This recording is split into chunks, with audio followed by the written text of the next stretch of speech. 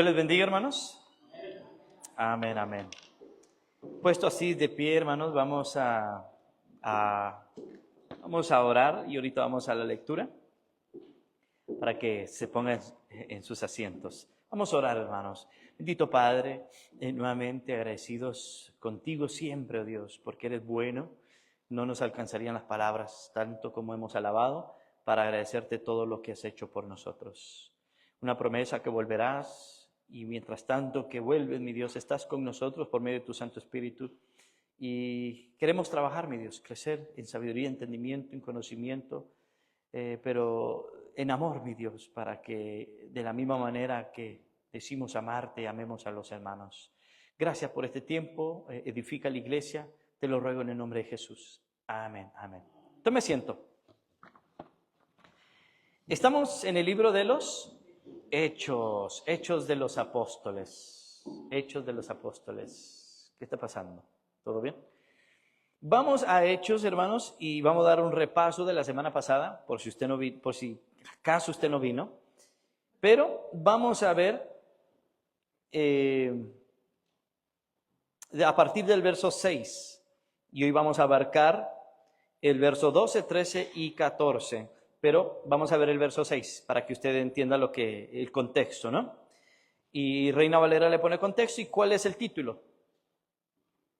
La ascensión, ¿no? De eso hablamos la semana pasada. Verso 6 dice: entonces los que se habían reunido le preguntaron diciendo: Señor, ¿restaurarás el reino de Israel en este tiempo?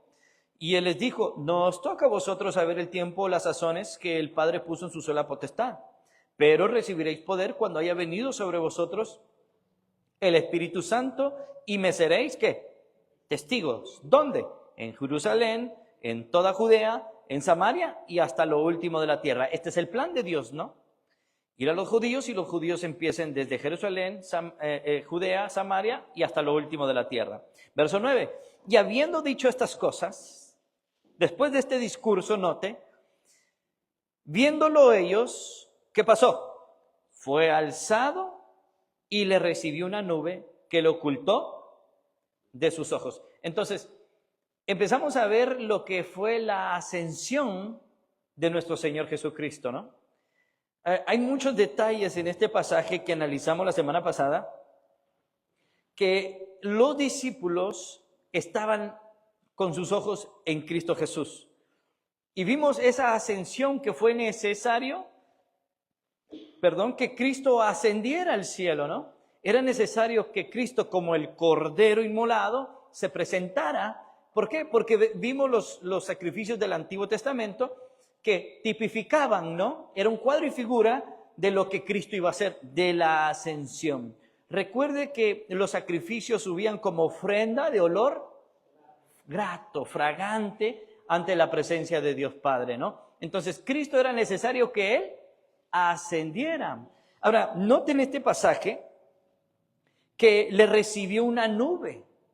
Es interesante que esta misma nube que menciona aquí es la misma nube que vemos en el Antiguo Testamento, ¿no? Esa misma nube es la que guiaba al pueblo de Israel.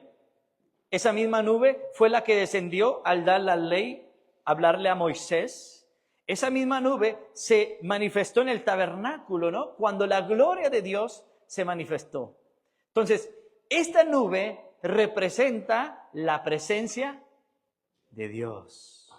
Entonces, Cristo ascendió en una nube, en la presencia de Dios, ante la presencia de Dios. Tómelo como quiera, ¿no? Ahora analicemos el verso 10 y dice: y estando ellos con los ojos puestos en el cielo, entre tanto que él se iba, he aquí se pusieron junto a ellos dos varones con vestiduras blancas. Estos dos varones, la Biblia no lo dice, pero se deduce que son ángeles. Ahora, analicemos el verso 11. Los cuales también le dijeron, los dos varones Galileos. La pregunta: ¿por qué estáis mirando al cielo? Dando a entender, están perdiendo tiempo. Jesús los mandó a hacer algo. Entonces les dice: ¿por qué estás mirando al cielo? Pero estos varones aprovechan, porque mire lo que dice: este mismo Jesús, este mismo que nació, creció, vivió, murió, fue sepultado y resucitó, y que ascendió, el que lo acaban de ver, este mismo Jesús que ha sido tomado de vosotros al cielo, ¿qué dice la Biblia? Así vendrá como le habéis visto ir al cielo. ¿Cómo se fue en el cielo? En una nube. Y de la misma manera, en una nube, volverá. ¿Sí o no? Sí. ¿En qué lugar geográficamente están en este contexto? En el monte de los olivos. De ahí asciende al cielo y Zacarías da una profecía, y hay profecías que de la misma manera, en ese mismo lugar, el Señor regresará por segunda vez. Entonces, cuando Él dice, este mismo Jesús, así como lo viste ascender, así mismo regresará. Regresará en las nubes y regresará a partir del mismo lugar que ascendió. Entonces, hablamos de la segunda venida de Cristo, que es inminente. Ahora, ya vamos al mensaje. Vamos al verso 12, 13 y 14. ¿Ok? Aquí vamos a ver la elección del sucesor de Judas. Bueno, eso lo vamos a ver el siguiente domingo, pero vamos a analizar ahorita el verso 12, 13 y 14. Dice, entonces volviendo a Jerusalén, desde el monte que se llama del Olivar, note que estaban en los olivos, el cual está cerca de Jerusalén, camino de un día de reposo, y entrados subieron al aposento alto, donde moraban Pedro y Jacobo, Juan, Andrés, Felipe, Tomás, Bartolomé, Mateo, Jacobo, hijo de Alfeo, Simón el celote y Judas, hermano de Jacobo. Todos estos perseveraban, ¿cómo? Unánimes en oración y ruego con las mujeres y con María, la madre de Jesús, y con sus hermanos. Qué interesante esa porción, ¿no? Vamos a leer nuevamente el verso 12 y a partir de ese comenzamos.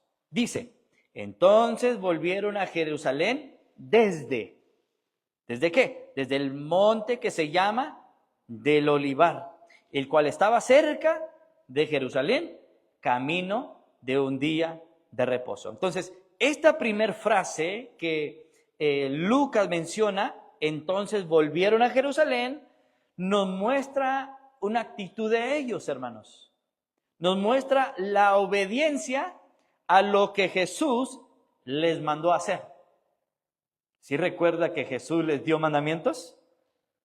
La obediencia, hermanos, debemos de entender que es sumamente importante para poder lograr llevar a cabo la voluntad de Dios en nuestra vida.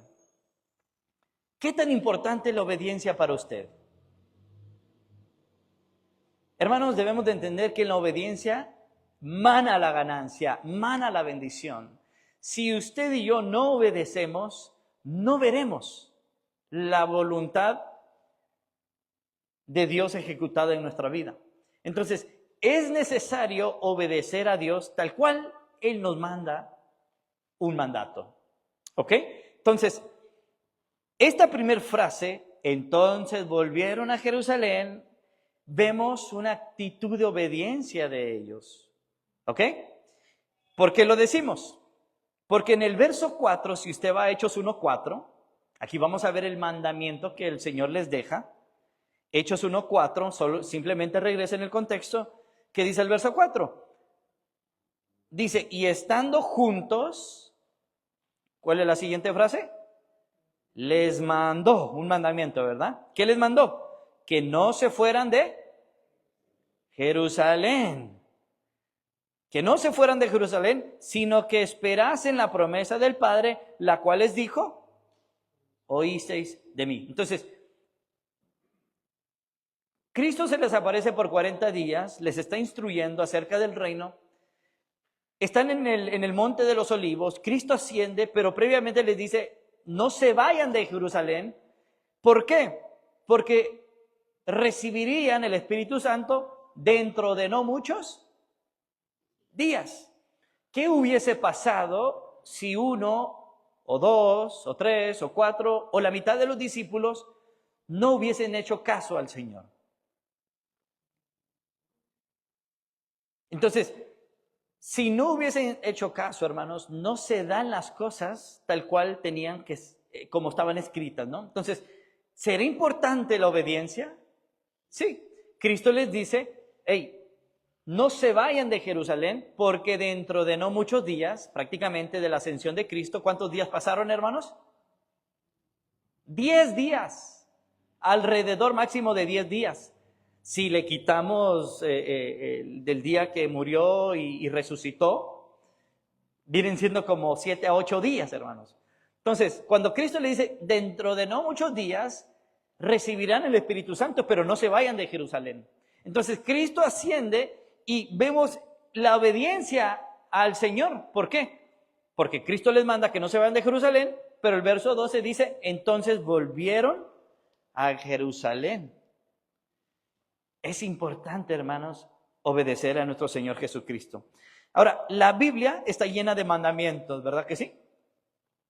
Y el objetivo detrás de cada mandamiento es obedecerlos, tal cual, como están. Ahora, hay una gran diferencia entre querer cumplir, oiga bien, querer cumplir un mandamiento para agradar a Dios, a desear cumplir, ¿verdad?, como resultado de una fe genuina.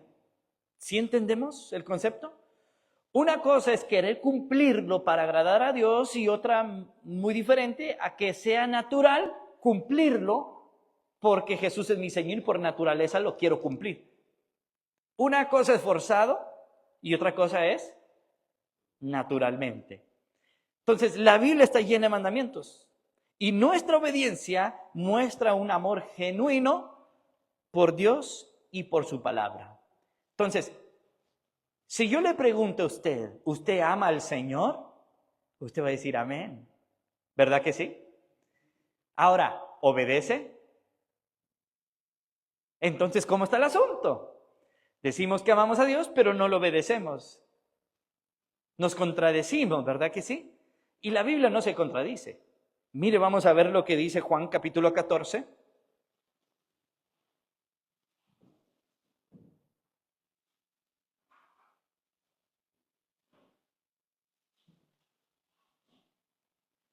Juan capítulo 14. Y mire, como buen pescador voy a hacer que el pescado muera por la boca. No lo voy a comprometer. Pero una pregunta, ¿usted ama a Dios? Esta es una pregunta que le he hecho 1,000 millones de veces. ¿Usted ama a Dios?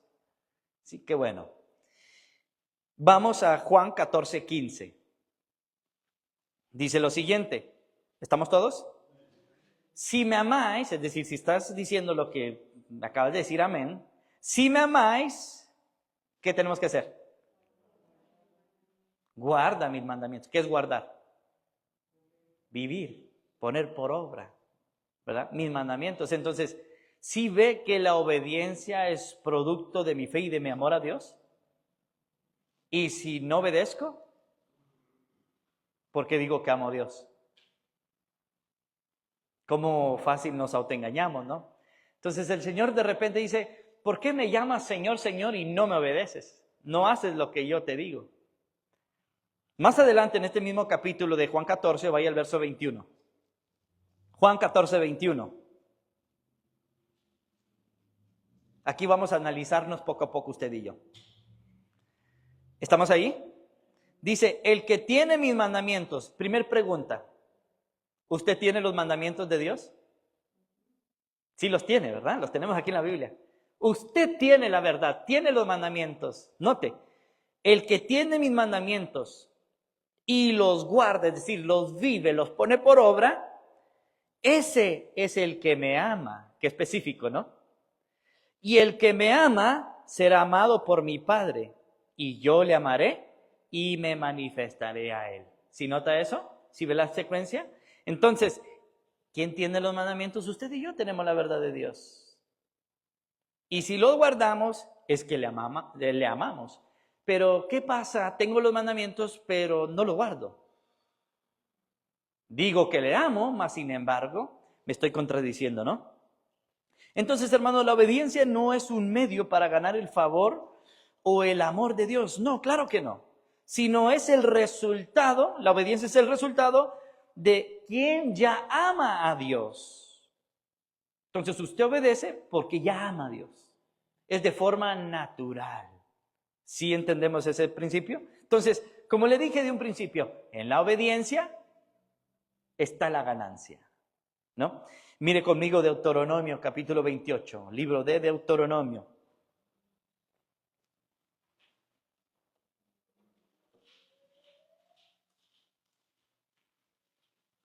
Es el quinto libro.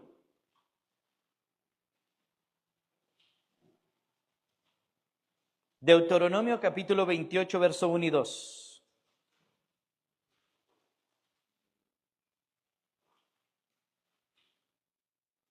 ¿Estamos? Dice, acontecerá que si oyeres atentamente la voz de Jehová tu Dios.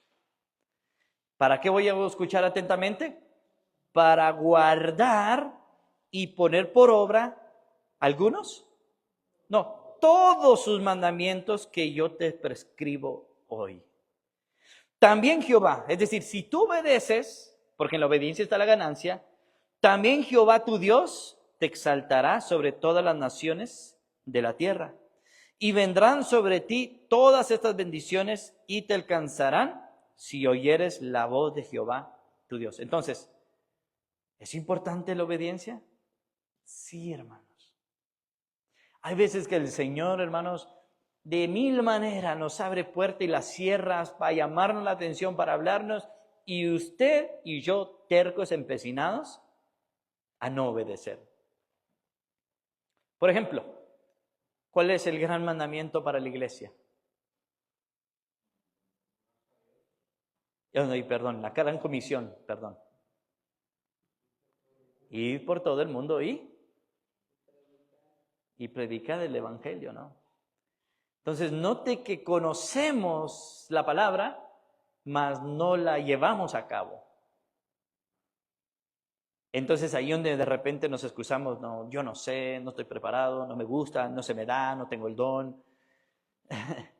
Entonces, podemos poner mil excusas, hermanos, pero en la obediencia, Dios bendice.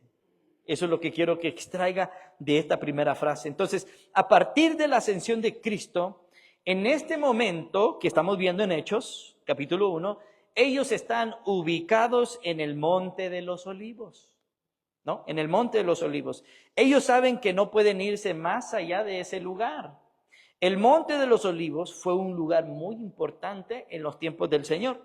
Ahora, Lucas dice que estaban a distancia o camino de un día de reposo, que es aproximadamente 1 kilómetro, ¿no?, de distancia de Jerusalén. Ahora, puede ser más de 1 kilómetro, yo no sé, de repente los estudiosos ponen más, pero para que usted entienda que de Jerusalén a los Montes de los Olivos, y quisiera tener una gráfica, pero no la tengo, lastimosamente, de Jerusalén al Monte de los Olivos es un valle que los separa, hermanos, y es 1 kilómetro de distancia.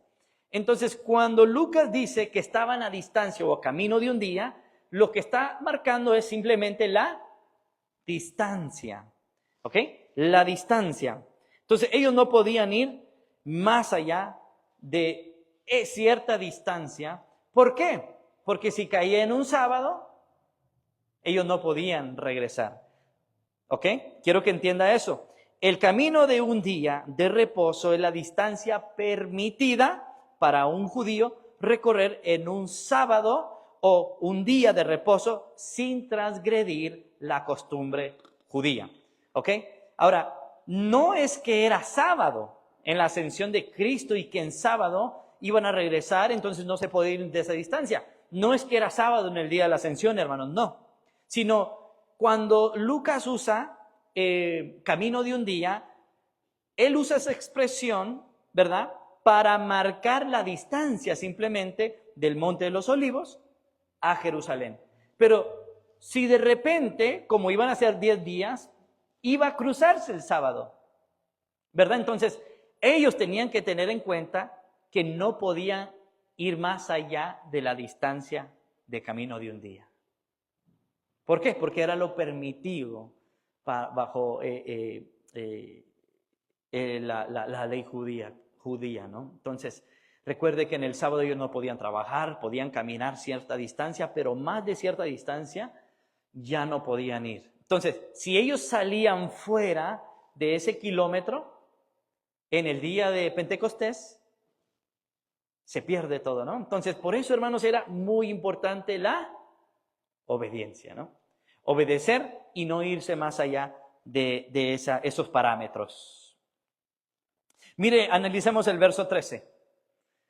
Ahora, ya entendemos que estaba en el monte de Sinaí, en el monte de los olivos, cuando vieron a Jesús ascender, y ellos estaban a 1 kilómetro a distancia de un día de Jerusalén. Entonces regresaron, ¿no? Regresaron ahí. Mire el verso 13. Y entrados, ¿qué hicieron? Y entrados, subieron al aposento alto, donde moraban, ¿quiénes? Pedro y Jacobo, Juan, Andrés, Felipe, Tomás, Bartolomé, Mateo, Jacobo, hijo de Alfeo, Simón el celote y Judas, hermano de Jacobo.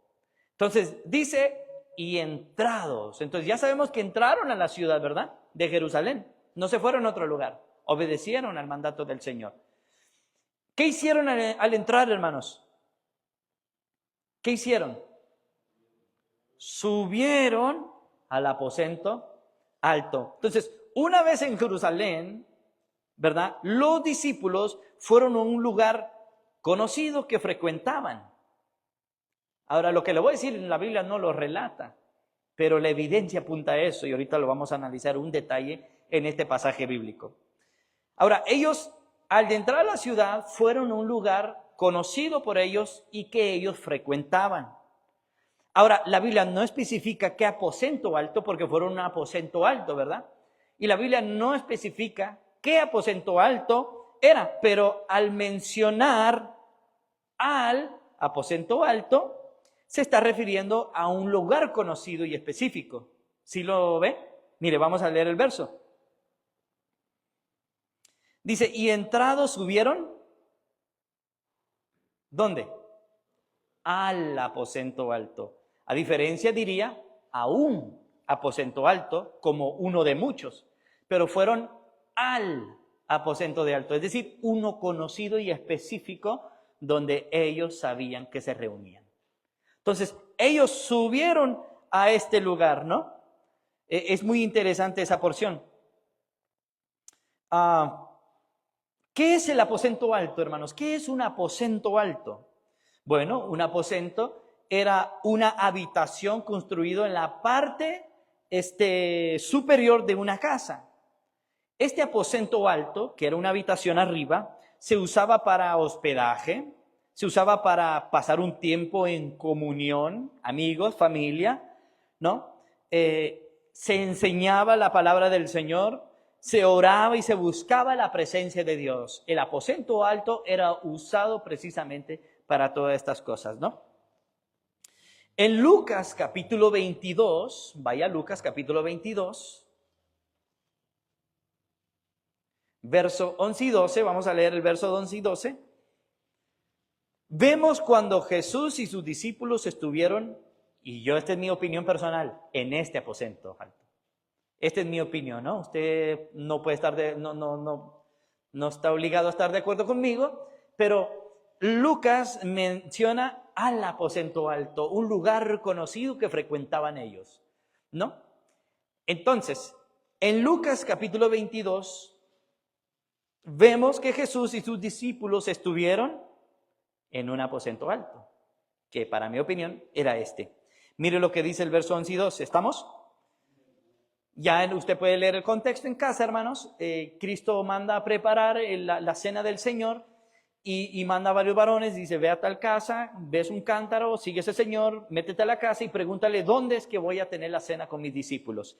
Y verso 11 dice, y decida al padre de familia de esa casa, el maestro te dice, ¿dónde está el aposento donde he de comer la Pascua con mis discípulos? Entonces, en este aposento se comía.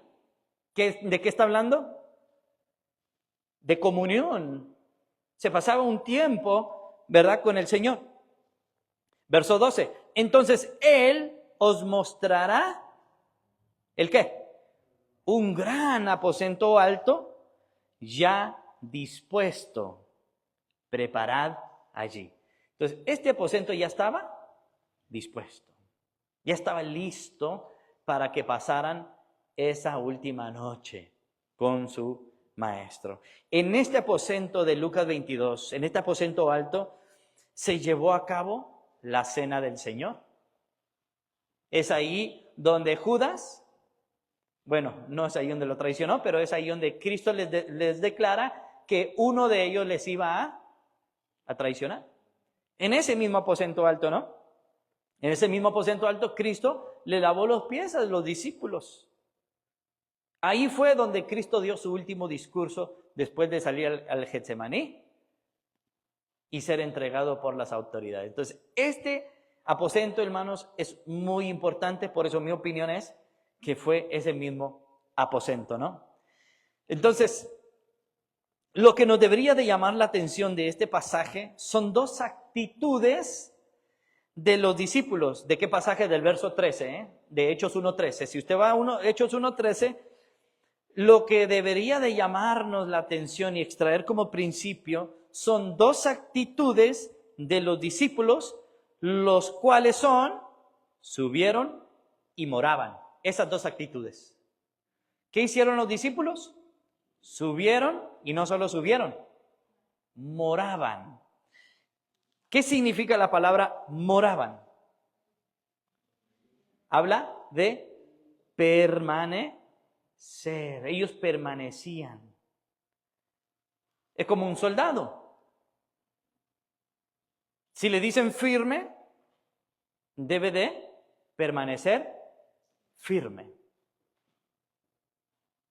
Si Cristo nos dice a nosotros que debemos de estar predicando el Evangelio, la actitud, la postura de nosotros es de siempre estar, ¿qué? Permaneciendo en el mandato que Dios nos manda, ¿verdad? Entonces, quiero que note la actitud de los discípulos. Ellos subieron y ¿qué más?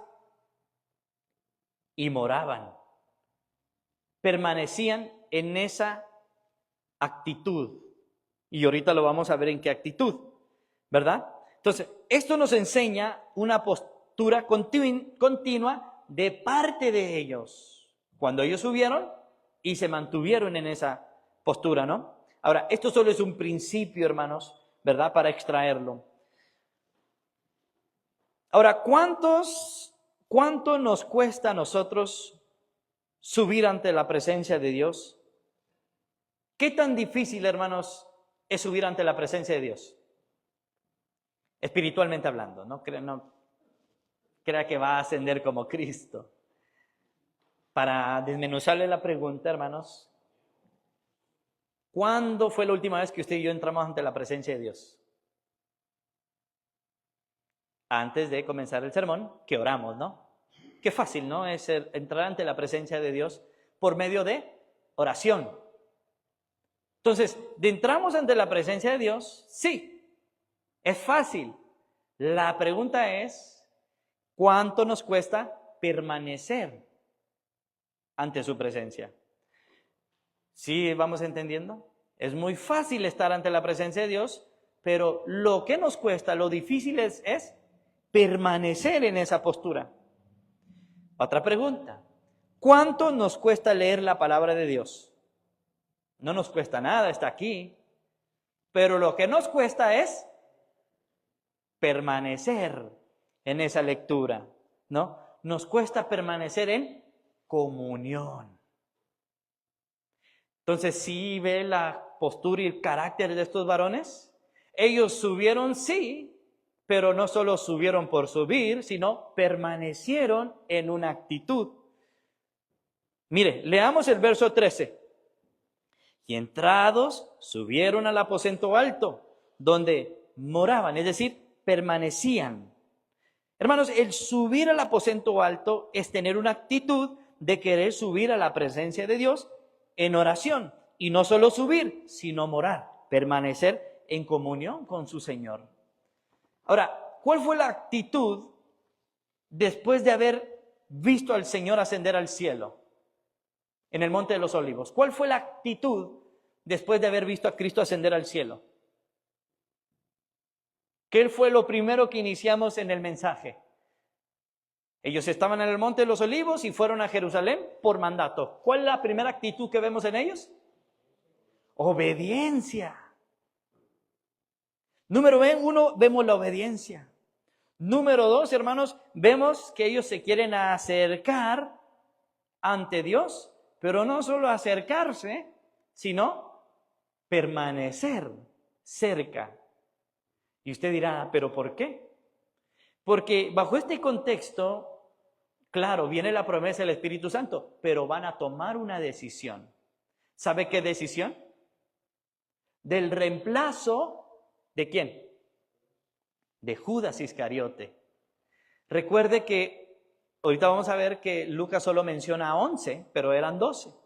Uno lo traiciona, entonces vamos a notar, hermanos, rasgos de la iglesia primitiva. Y para que usted vaya entendiendo, lo más importante, Lucas lo menciona en estos 3 versículos. Que ellos obedecían, ¿qué más hacían? Se acercaban y permanecían en la presencia de Dios. Eso se llama perseverancia.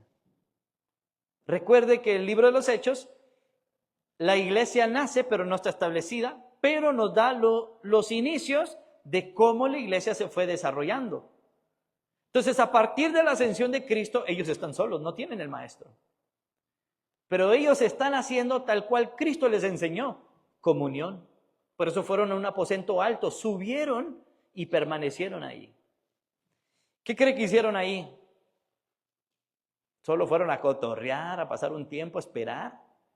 No, hermanos, no hicieron eso. Lo último que debemos de notar en este pasaje es que solo menciona a 11 discípulos, porque precisamente es necesario reemplazar a Judas Iscariote. Es necesario establecer 12 apóstoles. ¿Por qué? Porque en el libro de Apocalipsis vemos 12 tribus, 12 tronos para los 12 apóstoles, ¿no? Por eso, hermanos, ahora vamos a analizar el último versículo, verso 14. Dice, todos estos, ¿de quién está hablando? Todos estos, ¿de quién está hablando? De los discípulos, no son apóstoles todavía, pero son los 11, todavía no han escogido a sucesor. Los 11, viene hablando en el contexto de los 11, todos estos, los 11, perseveraban. ¿Cómo? Unánimes en oración y ruego. Si ve que es lo inicio de la iglesia primitiva, todavía no nace, pero ya está dando rasgos de cómo la iglesia se va a ir formando. ¿Por qué? Porque en Hechos, capítulo 2, vemos la iglesia primitiva, ¿no? Cómo vendían todos, estaban unánimes, estaban en el mismo sentir. Lo mismo que vemos allá, lo estamos viendo aquí. Mire, todos estos perseveraban unánimes en oración y ruego con las mujeres y con María, la madre de Jesús, y con sus hermanos. Qué interesante, ¿no? Entonces, es importante ver la secuencia de los discípulos después de la ascensión del Señor. Número 1, ¿qué vimos? Obediencia. Cristo les dijo, no se vayan de Jerusalén, vuelvan. ¿Por qué? Porque iban a recibir la promesa. ¿Obedecieron? Sí. Ellos subieron y permanecieron. ¿Qué querían tener ellos con el Señor? Comunión. Dentro de esa comunión, ¿qué se manifiesta? La oración. Entonces, ellos permanecieron, está hablando de perseverancia. Entonces, ¿sí nota el carácter de los discípulos? Obediencia, comunión, oración y perseverancia. Entonces, los 11 perseveraban. Eso es lo que dice Lucas. Ahora, en el idioma griego, esta palabra, perseveraban, significa mantenerse firme. ¿Qué es mantenerse firme para un soldado? Te amolaste, te tienes que quedar como te mandan a estar, ¿no? Si a un soldado le dicen, quédate en esa montaña por días, tiene que quedarse en esa montaña por días, esperando al enemigo, ¿no? Son órdenes. Entonces, la postura, hermanos, ¿verdad? Es de mantenerse firme, es no abandonar. De perseverar es mantenerse firme, no abandonar, ser constante. Entonces, note que no oraban ocasionalmente. No, de la ascensión de Cristo, ellos siempre oraban, no oraban ocasionalmente, sino que a partir de la ascensión del Señor, ellos se mantuvieron, ¿cómo? Orando, unidos, perseverando en esa actitud, buscando el rostro del Señor, porque recuerde que el Señor ya no está. Qué interesante, ¿no? Entonces, ¿cómo perseveraban en la oración y ruego ellos? La Biblia menciona que lo hacían de forma unánimes. La traducción de esta palabra es estar en un mismo sentir o en un mismo propósito. Y aquí es donde quiero que aplique la exhortación, hermanos. Quiero que note qué modelo nos está presentando Lucas. Obediencia, comunión, oración y perseverancia. ¿Sabe qué le falta? ¿Qué le falta a estos principios? Ponerle el nombre de nuestra iglesia. ¿Usted cree eso? Yo le digo que nada que ver. Discúlpeme, pero no hay obediencia, no hay comunión, no hay oración y no hay perseverancia. Eso es lo ideal. Eso es lo ideal. Pero si pudiéramos ponernos estos títulos, ¿lo pondríamos, hermanos? Ellos perseveraban unánimes, juntos. Entonces, cuando el pueblo de Dios se une bajo la voluntad de Dios, nosotros que somos el pueblo de Dios, y yo sé que faltan muchos hermanos enfermos, otros que se fueron de finta, ¿no? Cuando el pueblo de Dios se une bajo la voluntad de Dios, Dios bendice a la iglesia, ¿sí o no? Estos son rasgos de la iglesia primitiva, hermanos. Cuando toda iglesia se une en oración y luego Dios obrará. Ahora, déjeme le hago una pregunta. Por eso le digo, esta es la parte que debemos de aplicar para nosotros. Y estoy concluyendo, hermanos. ¿Cuándo fue la última vez que toda nuestra iglesia se unió en oración para un propósito? ¿Cuándo fue una ocasión? Usted, dígame una, de verdad le doy $1,000,000. No los tengo, pero se los consigo. ¿Cuándo fue la última vez que toda nuestra iglesia se unió en oración con un propósito para hacer la voluntad de Dios? Ahora vamos descartando obediencia, comunión, oración y perseverancia. ¿Cuál vamos a ir descartando, hermanos? Todas de un solo, ¿no? Entonces, hermanos, ¿cuándo fue la última vez que nuestra iglesia se unió realmente? ¿Cuándo fue la última vez que toda la iglesia se unió en el evangelismo? Nuestra iglesia, estoy hablando de nuestra iglesia, hermanos. ¿Cuándo? Y déjeme le digo, no toda la iglesia. Lo deseo es que todos salgamos, ¿no? Qué bonito ver, nosotros fuimos con nuestros niños, han salido los hermanos, que me ha dado mucha alegría. Es bonito ver a la mayoría de los hermanos, pero qué bonito es ver a toda la iglesia. Estando toda la iglesia, eso da a entender que estamos unidos, unánimes, juntos, perseverando en ese mismo sentir para que Dios haga la voluntad de Él en nuestra iglesia, en la vida de los demás. ¿Sí o no? ¿O me equivoco? Entonces, ¿cuándo nos hemos unido en oración, en el evangelismo? Mire, le traigo un anuncio. Estamos buscando otro templo porque usted sabe que estamos muy limitados en este lugar. Hemos pedido oración por un nuevo templo. ¿Cuándo la iglesia se ha unido en ese propósito?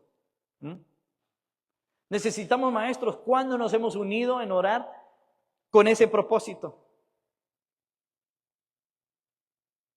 Unirnos en orar por los ministerios, por las maestras, por nuevos miembros. Entonces, note que nuestra iglesia tiene que partir de este principio: obediencia, comunión, oración y perseverancia. ¿Es un buen inicio? Es el mejor y perfecto inicio. Entonces, analicemos dónde estamos fallando y arranquemos de ese principio, hermanos. Lo primero que debemos de hacer es reconocer que estamos mal como iglesia. No podemos venir a una iglesia y simplemente congregarnos y cumplir por cumplir, hermanos. Ahora, no se trata, hermanos, porque estos varones se unían en oración. Perseveraban, recuerde, obedecieron, ellos subieron al aposento alto, permanecieron ahí y oraban juntos, unánimes. Ahora, no oraban por orar, ¿verdad que no? No.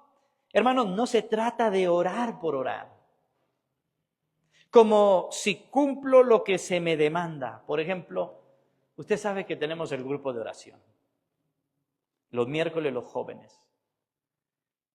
No se trata de suplir por suplir, llenar esos huecos, orar por orar. No, hermanos.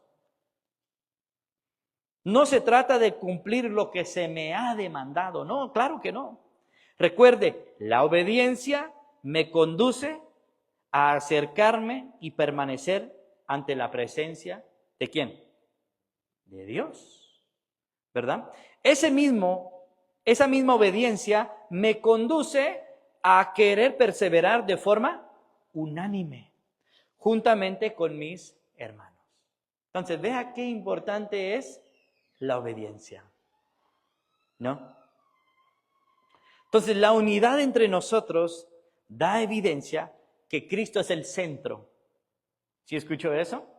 La evidencia o la unidad, la evidencia que Cristo está entre nosotros es la unión que hay. Porque si hay unión es porque estamos perseverando, estamos unidos, estamos orando. ¿Verdad que sí? Entonces, nuevamente, la unidad entre nosotros da evidencia que Cristo es el centro. Pero cuando el Señor no es el centro, ¿qué hay? Hay pleitos, hay rivalidades, hay disensiones. Hermanos, hay todo lo opuesto. Unos están empujando por allá, otros por allá. Unos están arrancando con planes y deseos diferentes a que todo el resto de la iglesia. Pero cuando Cristo es el centro de una iglesia, es porque esa iglesia da evidencia de esa unidad. Mire conmigo Lucas capítulo 22, verso 24. Lucas 22, 24.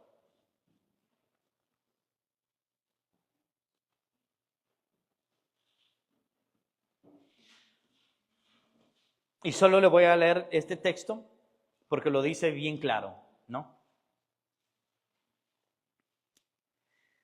Verso 24. Dice, hubo también entre ellos, hablando de los discípulos, ¿ok? Una disputa sobre quién de ellos sería el mayor. Qué interesante, ¿no? Que incluso entre los discípulos, durante el ministerio de Jesús, ellos se peleaban por querer ser el number one, ¿no? El número uno. Pregunto, ¿hay unidad ahí? No se puede, hermanos. No se puede. Debe de haber unidad. Cuando todos estemos en el mismo sentir, recuerde las palabras de Pablo. Me encanta Filipenses capítulo 2, si usted lee del verso 1 al 4, Pablo lo que declara es que todos tengamos ese mismo sentir, que seamos siervos de unos con otros, que yo lo ponga o cada uno de ustedes como superior a mí. Entonces, lo que usted debe de hacer es ponerme a mí como superior a usted. Eso se llama humildad, sumisión, servicio. Esa es la actitud. Pero vemos que después de la resurrección de Cristo y la ascensión, ahora los vemos ya no pleitándose quién quiere ser el primero, ahora los vemos como unidos. Entonces, vea que sí pueden haber cambios, hermanos. Ahora, el verso 14 dice que todos, los 11, todos estos perseveraban unánimes en oración y ruego. Pero note, dice, con las mujeres y con María, la madre de Jesús, y con sus hermanos. Lo último que queremos mencionar, hermanos, que Lucas menciona en este pasaje es que incluye las mujeres. Incluso las mujeres, la madre de Jesús y todos los hermanos de carne y sangre de Jesús también eran partícipes de la oración. Esto nos enseña, hermanos, que la obra es para todos. Claro, el hombre le ha dado al hombre como la cabeza, el encargado de la iglesia, pero la mujer también puede ser, ¿qué? Partícipe. Ahora, muchos, y aquí es donde voy a mencionar en cuanto a lo que Lucas menciona de María, muchos católicos enseñan que a María se le tiene que orar o adorar, ¿verdad? En este pasaje, quiero que lo lea, Lucas menciona que María oraba con los discípulos, ¿verdad? Y con los demás. Ella era una creyente más, como usted y como yo, que necesitaba del Señor. ¿Por qué? Porque ellos dicen, a María se le tiene que orar. No, la Biblia Lucas dice que ella oraba con, no se le oraba a ella, sino con los demás, ¿no? Entonces está hablando que ella también necesitaba de orar, de oración, hermanos. Mire conmigo en Lucas, capítulo 1, verso 46 al 48. Vamos a ver que también María necesitó de un Salvador. Necesitaba de la presencia de su Señor. Lucas, capítulo 1, verso 46 al 48.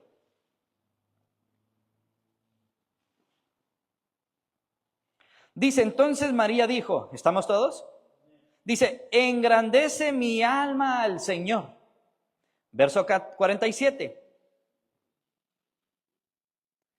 Y mi espíritu se regocije en Dios. ¿Qué dice?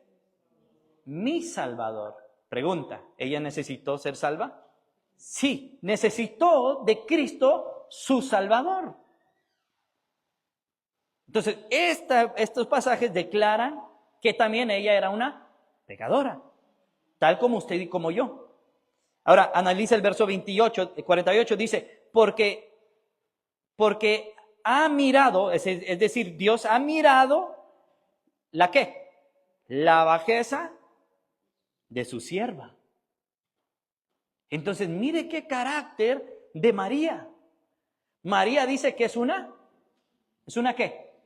Sierva. ¿Qué es sierva en el griego? Esclava. ¿Qué es un esclavo? Alguien que está sumiso a su Señor. Recuerde lo que dijo Pablo en Romanos 1 y 2. Pablo, siervo de Jesucristo, llamado apóstol, siervo, es esclavo de Jesucristo. Entonces, María, ¿qué dice? Porque ha mirado la bajeza de su sierva. También soy una esclava del Señor. También necesité de mi Salvador. Entonces, hermanos, cuando Lucas menciona a María, María está orando con los 11 y los demás mujeres y familiares. Entonces, para que usted entienda o no malentienda esos pasajes bíblicos, ¿no? Ahora, si vamos al verso 13, quien encabeza la lista de liderazgo es Pedrito. Es Pedro, hermanos. Él llevará la batuta al inicio del nacimiento de la iglesia. Aquí María tiene la misma importancia que todos los demás. Este verso es la última vez que se menciona a María. Ya no se menciona más. Esta batuta de Pedro, que él empieza la iglesia, eso va a cambiar, hermanos, porque en el primer concilio, en el capítulo 15, allí ya no es Pedrito quien lleva la batuta, sino es ¿quién, hermanos? Es Jacobo, el hermano del Señor. A partir de ahí ya va a llevar la batuta otra persona. Entonces, esos papeles se van a ir cambiando, ¿no? ¿Por qué? Porque recuerde que el libro de los Hechos es un libro de transición, de cambios. Todo está cambiando y no hay nada estable. Entonces, allí, hermanos, derrumbamos muchos argumentos que muchas personas asumen, ¿no? Entonces, note el último detalle de este pasaje, que también los hermanos de Jesús eran partícipes. En un punto, si usted analiza la vida de los hermanos de Jesús, y ahorita le voy a dar un pasaje bíblico bien corto, en un punto del ministerio de Jesús, sus hermanos, los hermanos de Jesús, nacidos de María, incluso ellos no creían en Jesús. Y usted dirá, ¿pero cómo? Mire lo que dice Juan 7:5. Usted lo puede leer el contexto en casa, pero está hablando de los hermanos de Jesús. Juan 7:5.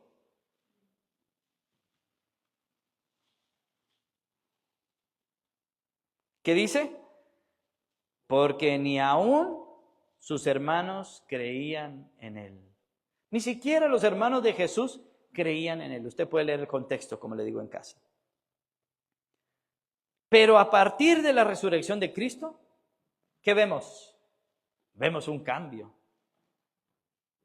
Un cambio, hermanos. Ahora están perseverando juntos con los demás hermanos en la fe, en oración, esperando la venida del Espíritu Santo, para que vea qué tan importante es la obediencia. Entonces, si Cristo, hermano, lo ha resucitado entre los muertos a usted, hablando espiritualmente, con más razón deberíamos andar en obediencia, en comunión, desear estar todos unidos y permanecer ante la presencia de Dios y estar orando por la voluntad de Dios en nuestra iglesia. Si es que Cristo ha resucitado en usted, deberíamos de poner por obra estos mismos rasgos de esta primera iglesia. Ahora, no nace aquí, hermanos, pero ya están dando rasgos de cómo va a ser la iglesia. ¿Y habla de qué? Obediencia, oración, comunión y perseverancia. Es el mismo patrón, hermanos, repetitivo que vamos a hallar a través del libro de los Hechos. Una iglesia unida, hermanos, logra hacer la voluntad de Dios. Vamos a ver que ellos encuentran el sucesor de Judas Iscariote. ¿Por qué? Porque ellos buscaron la respuesta en el Señor. Entonces, es importante, hermanos, como Lucas lo menciona en el verso 12, 13 y 14. Entonces, volvieron a Jerusalén desde el Monte de los Olivos, que se llama el Olivar, el cual está cerca de Jerusalén, camino de un día de reposo, y entrados, ¿qué hicieron? Subieron al aposento alto donde moraban. ¿Quién? Pedro y Jacobo, Juan, Andrés, Felipe, Tomás, Bartolomé, todos los 11. Todos estos perseveraban, ¿cómo? Unánimes, en oración y ruego con las mujeres, María, la Madre de Jesús, y los hermanos. Este mismo principio, hermanos, si lo aplicamos en nuestra iglesia, Dios empezará a bendecirnos. Mientras tanto, seguiremos estando estáticos tal como estamos, ¿no? Orar por orar, venir por venir. No queremos eso para la iglesia, queremos un crecimiento espiritual, un crecimiento en número, pero para eso se necesita, número 1, obedecer. Empecemos por ahí, ¿no? Incline su rostro.